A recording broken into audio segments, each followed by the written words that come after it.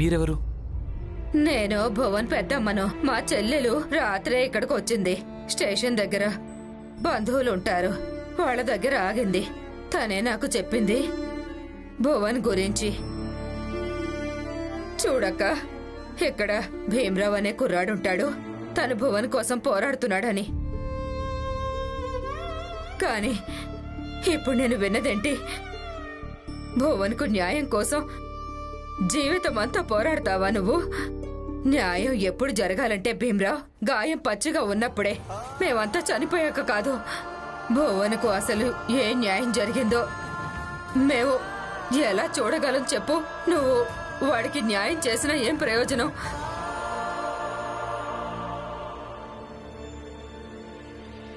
చూడండి, ఇది ఇంకొక సమస్య. వాళ్ళంతా బెదిరిస్తున్నారు. ఒకవేళ ఈయన భువన్ బాబాయ్ హంతకుని వెతకడం ఆపేకుంటే వాళ్ళు దీపక్ ని చంపేస్తారంట. చూడండి, వాళ్ళు ఇలాంటివి పంపించి మమ్మల్ని భయపెట్టే ప్రయత్నం చేస్తున్నారు. ఇప్పుడు మేమేం చెయ్యాలి? ఏం చేయాలో ఏమో. ఇలా అయితే ప్రతి విషయానికి బెదిరిస్తారు, అలాగే వాళ్ళ మాట నెగ్గించుకుంటారు. నేనేం చెప్పాలి భీమ్? కానీ మా భువన్కు మాత్రం న్యాయం జరగాలి, అంతే. నేను నీ నుంచి ఇంకేం ఆశించడం లేదు.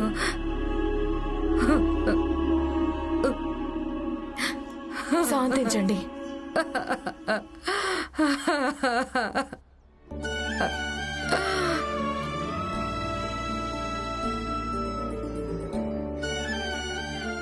ఇప్పుడేం చేద్దాం భీమ్?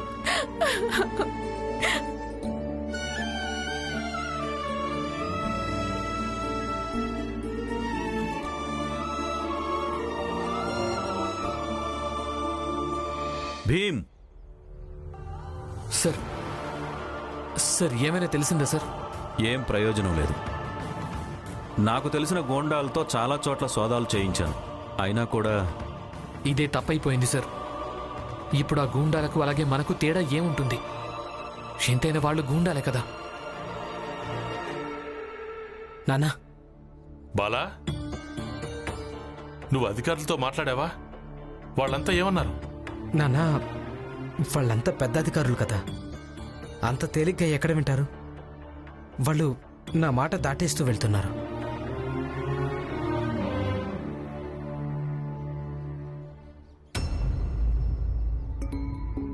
అదేంటి, ఇక్కడ ఎవరు ఏమీ మాట్లాడడం లేదేంటి? చెప్పు భీమ్, నీ నిర్ణయాలు అయిపోయాయా?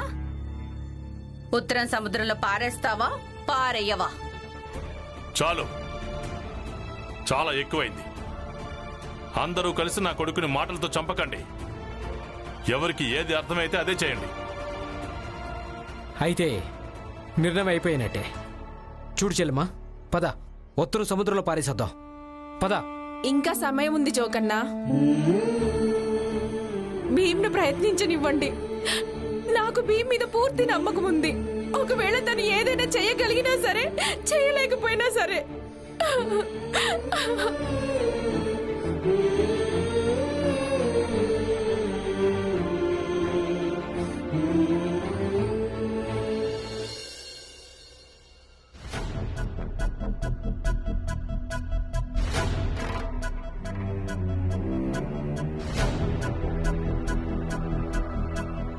సెట్ గారు, మీరు ఇక్కడ?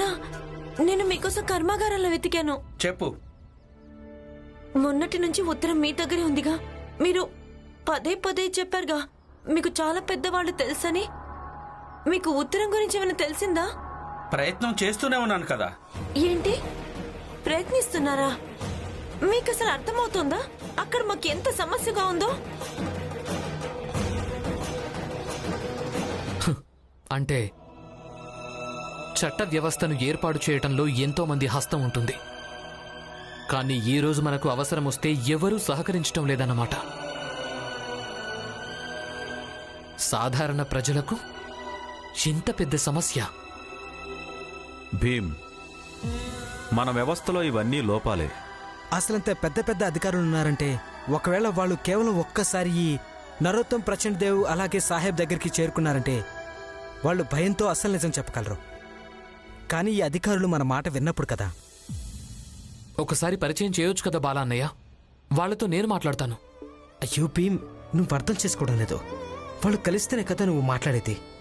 కావాలంటే ఆ గవర్నర్ని కలవడం తేలిక, కానీ అధికారులు చాలా కష్టం. అసలు సమస్య ఇదే భీమరావు. మరైతే ఏం చేయాలి సార్? రండి రండి రండి, మా నాటకం చూడడానికి తప్పకుండా రండి. 6 నుండి 9 దాకా రండి. జమ్రు నాటక కంపెనీ ప్రదర్శన, గల్లా పెట్టే కథ. మీరందరూ మీ కుటుంబ సభ్యులతో సహా తప్పకుండా రండి. అందరితో కలిసి రండి. ఇది కుటుంబ నాటకం. మీరంతా కూడా నాటకం చూడడానికి తప్పకుండా రండి. చూడ్డానికి తప్పకుండా రండి. టికెట్ చాలా చౌక, కానీ గొప్ప గొప్ప కళాకారులు ఉన్నారు. ఖచ్చితంగా రండి. రండి, తప్పకుండా రండి.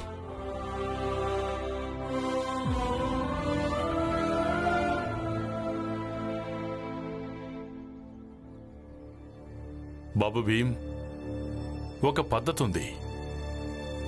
ఒకవేళ ఆ పద్ధతి పనిచేసిందంటే మన పని జరుగుతుంది. ఏంటది నాన్న?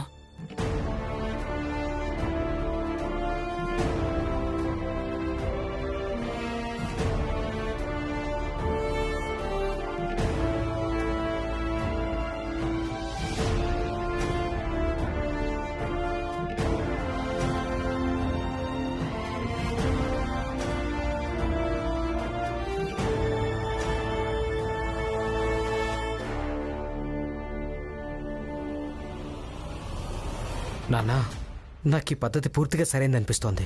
మనం ఇదే పాటించడం మంచిది. అవును, ఇదే చేద్దాం. కానీ ఇలా చేయటం సరైందేనంటారా? సరిగ్గానే ఉంటుంది.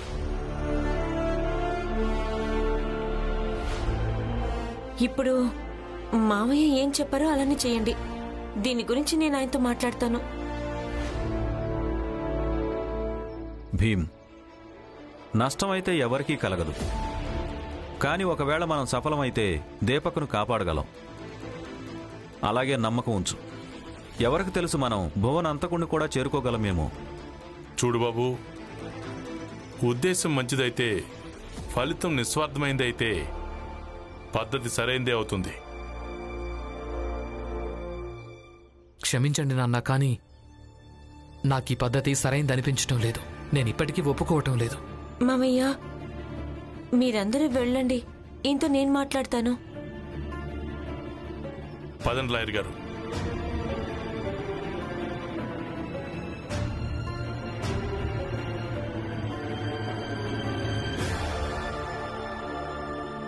నువ్వు అర్థం చేసుకోవడానికి ఎందుకు ప్రయత్నించడం లేదు? కావాలంటే సమస్య ఎంత పెద్దదైనా సరే, కానీ మోసం చేయటం సరైంది కానే కాదు. అంటే వాళ్ళందరూ భువన్ బాబాయ్ని చంపేశారు, అది సరైందేనా? దీపక్ ను ఎత్తుకెళ్ళిపోయారు, అది కూడా సరైందేనా? అలాగే వాళ్ళు మనల్ని ఇబ్బంది పెట్టొచ్చు, ఇంట్లోంచి బయటకు గెంటేశారు, అదంతా సరైందేనా?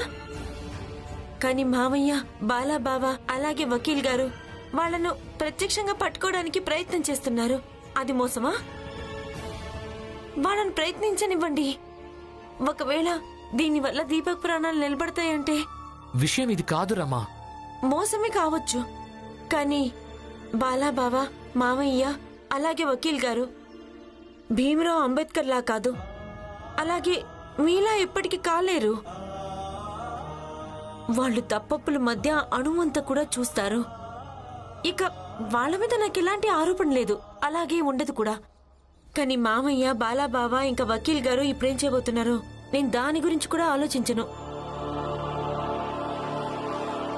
చూడండి, మిమ్మల్ని వేడుకుంటున్నాను, మాకు ఈ ఒక్క పని చేసి పెట్టండి. పిల్లాడి ప్రాణాలకు సంబంధించింది. చూడండి, మేమంతా కళాకారులు, మమ్మల్ని ఇందులోకి ఎందుకు ఇరికిస్తున్నారు? చూడండి, ఈయనేం చెప్పాడంటే మీరందరూ గొప్ప కళాకారులని. ఒక గొప్ప కళాకారులు ఏమైనా చేయగలరు. అవును, కేవలం మాకు కూడా కొంచెం సహాయం చేయండి. ఇక మేము మీ ఫీజు ఎంతైనా సరే ఇచ్చేస్తాం. అదీ కాక మీరంతా జనాలకు వినోదాన్ని పంచిపెడతారు. కేవలం మాకు కొంచెం సహాయం చేయండి.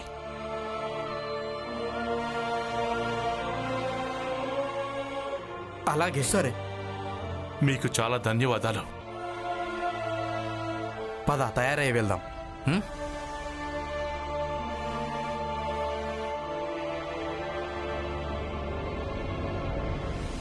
అయిపోయింది కదా, ఇక పదండి మామయ్య వెంట వెళ్దాం. ఏం జరుగుతుందో చూద్దాం. అయినా ఒకవేళ ప్రయోజనం లేకుంటే ఉత్తరాన్ని సముద్రంలో పారేద్దాం. దీపక్ని విడిపించుకుందాం.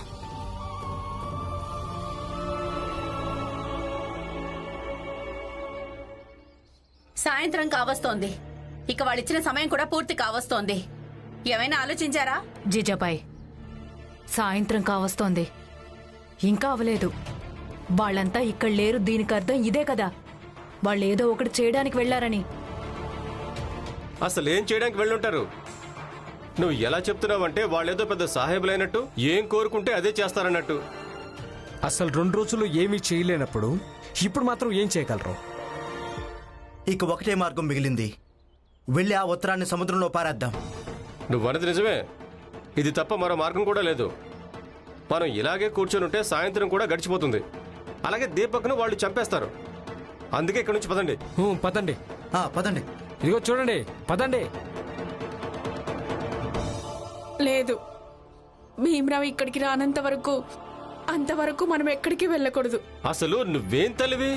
నీ కొడుకు చనిపోతాడన్నా సరే నువ్వు ఇక్కడ కూర్చొని భీం భీం అని అంటూ ఉంటావా? అసలు ఈ భీం అందరికీ ఏం పాఠాలు చెప్పాడో ఏంటో. హితేష్, దాన్ని పాఠాలు అనరు, నమ్మకం అంటారు. ఇక నమ్మకం బాధ్యత వల్ల పుట్టుకొస్తుంది. అయినా నువ్వు వదిలే, దీనికి నీకు ఎలాంటి సంబంధం లేదు. అంటే ఇక్కడున్న వాళ్లకు నా మీద నమ్మకం లేదా?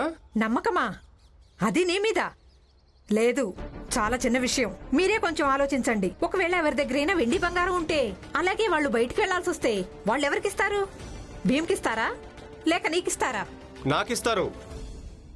నీకిస్తారా? అమ్మా, జవాబు ఇవ్వకండి, కేవలం ఆలోచించండి. ఇక భీమ్ మీద నమ్మకం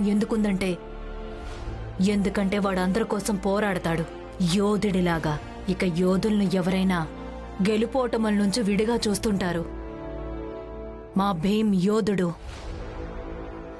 నీలాగా కాదు, కేవలం కూర్చుని ఉపన్యాసాలు ఇవ్వడానికి. నువ్వు పెద్ద జాతి వాళ్ళు ఏం కోరుకుంటే అదే చెయ్యి, అలాగే చెయ్యి. ఇక తమరి యోధులున్నారే, భీమ్ ఇంకా రమ ఎక్కడున్నారు? దీపక్ ప్రాణాల గురించి మీరు వాళ్ళ మీదే నమ్మకం పెట్టుకున్నారు కదా. ఉల్లాస్ గారు, మీరు అద్భుతం చేశారు. అద్భుతం, చాలా బాగుంది. సాహెబ్, సాహెబ్, మిమ్మల్ని వెతుకుతూ 2 వ్యక్తులు వచ్చారు. ఇద్దరా? ఎవరు వాళ్ళు? మేం చెప్తాం.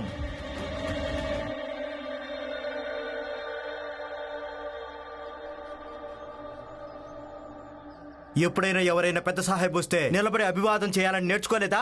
అదేంటి, ఈయనే కదా సాహెబ్. ఈయన పేరుకే సాహెబ్. గవర్నమెంట్ ఆఫీస్ నుంచి వచ్చిన మేమే సాహెబులం. ఈ భీమరావు మళ్ళీ గవర్నర్ని కలవడానికి వెళ్ళాడా? ఆ మందబుద్ధిని ఏదో ఒకటి చేయక తప్పదు ప్రచండదేవ్ గారు. ఖచ్చితంగా భీమరావు ఇదంతా చేస్తుంటాడు. ఏయ్ నోర్మోయ్, నోరు మూసుకొని కూర్చోండి. అలాగే ఏం చెప్తున్నామో అదే చేయండి. అన్నట్టు మీరు ముగ్గురు ఒక్కొక్క కాగితం కలం తీసుకురండి. అలాగే అందులో మీకు ఎక్కడెక్కడ ఇల్లున్నాయో రాయండి. తర్వాత ప్రతి ఇంటిని సోదా చేస్తాం. ఒకవేళ మీరందరూ దీపక్ని అపహరించినట్టయితే మేము తనను స్వాధీనం చేసుకుంటాం.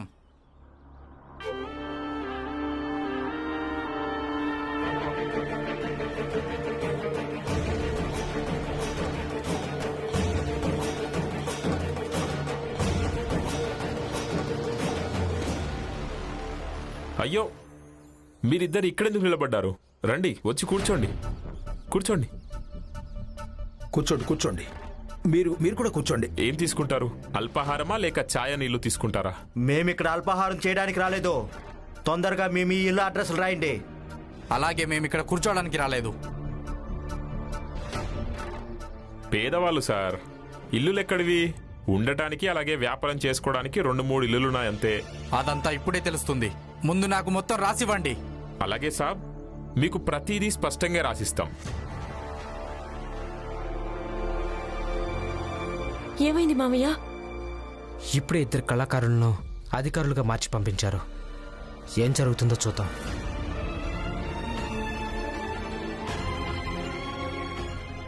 సరే, నేను వస్తాను. ఎక్కడికి వెళ్తున్నారు? నేను వస్తానని చెప్పాను కదా.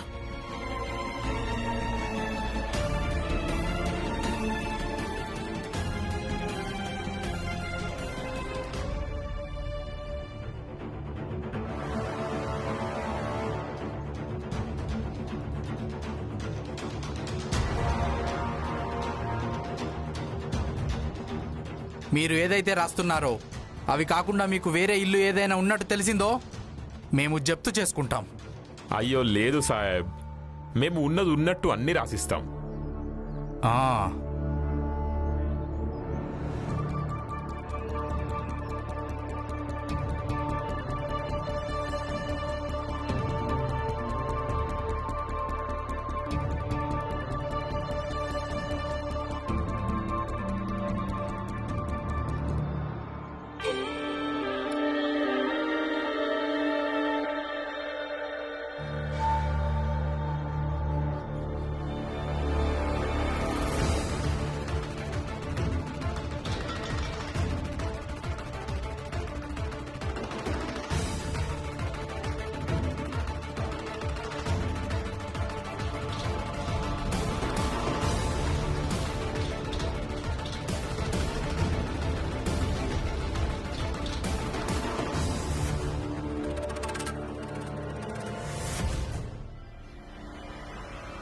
ఇదిగోండి సాహెబ్, మీరు వెళ్ళి వెతుక్కోండి.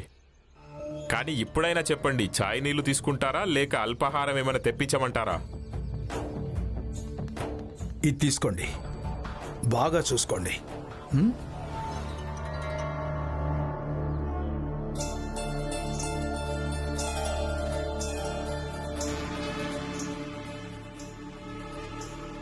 వీళ్ళు ఎందుకు ఇలా నవ్వుతున్నారు? కొంపదీసి ఒకవేళ వీళ్ళు ఎన్ని చోట్ల రాసిచ్చారో అక్కడ అసలు దీపక్ లేనే లేడేమో. అంటే దీపక్ డ్రమ్లో?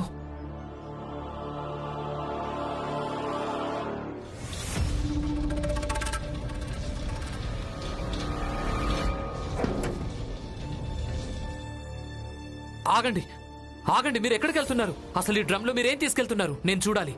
ఆగండి. దారికి అడ్డు తప్పుకో. తప్పుకో. లేదు, నేను దారికి అడ్డు తప్పుకోను. ఈ డ్రమ్ లో ఏముందో నాకు చెప్పండి. వెనక్కి తప్పుకో. అడగడానికి నువ్వడు వెళ్ళు. నేను తప్పుకోను. చూడండి, తప్పుకో. మీరు ఈ డ్రమ్ లో ఏం తీసుకెళ్తున్నారో నాకు చెప్పినంత వరకు నేను దారికి అసలు అడ్డు తప్పుకోను. వీడు వినేలాడు. అరే, ఒక్కసారి నన్ను చూడనివ్వండి. వాడి సంగతి చూడు. తీసుకెళ్ళు.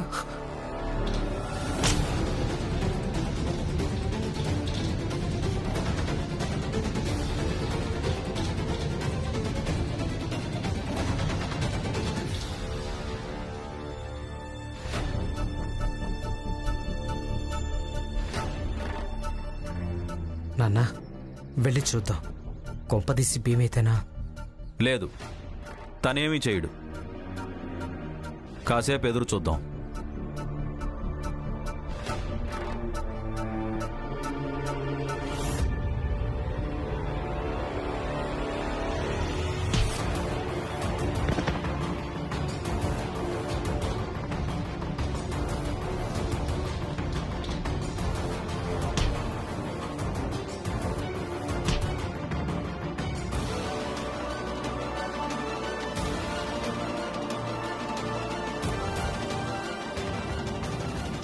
నానా, మనం వెళ్ళి చూడడం మంచిదని నాకు అనిపిస్తోంది. ఒకవేళ భీమ్ ఏదైనా గందరగోళం చేస్తాడేమో. పద.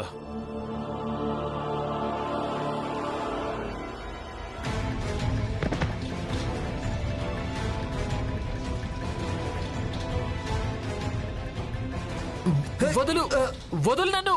నువ్వు తీసుకెళ్ళరా. నాన్న, బాలా అన్నయ్య, త్వరగా రండి. నాన్న. నానా, ఇది భీమ్ గొంతులానే ఉంది. త్వరగా పదండి. నిన్ను. నాన్న.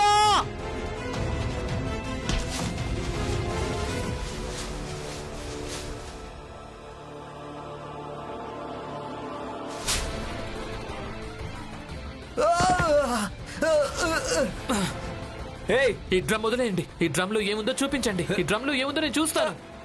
ఆగండి బాలా అన్నయ్య.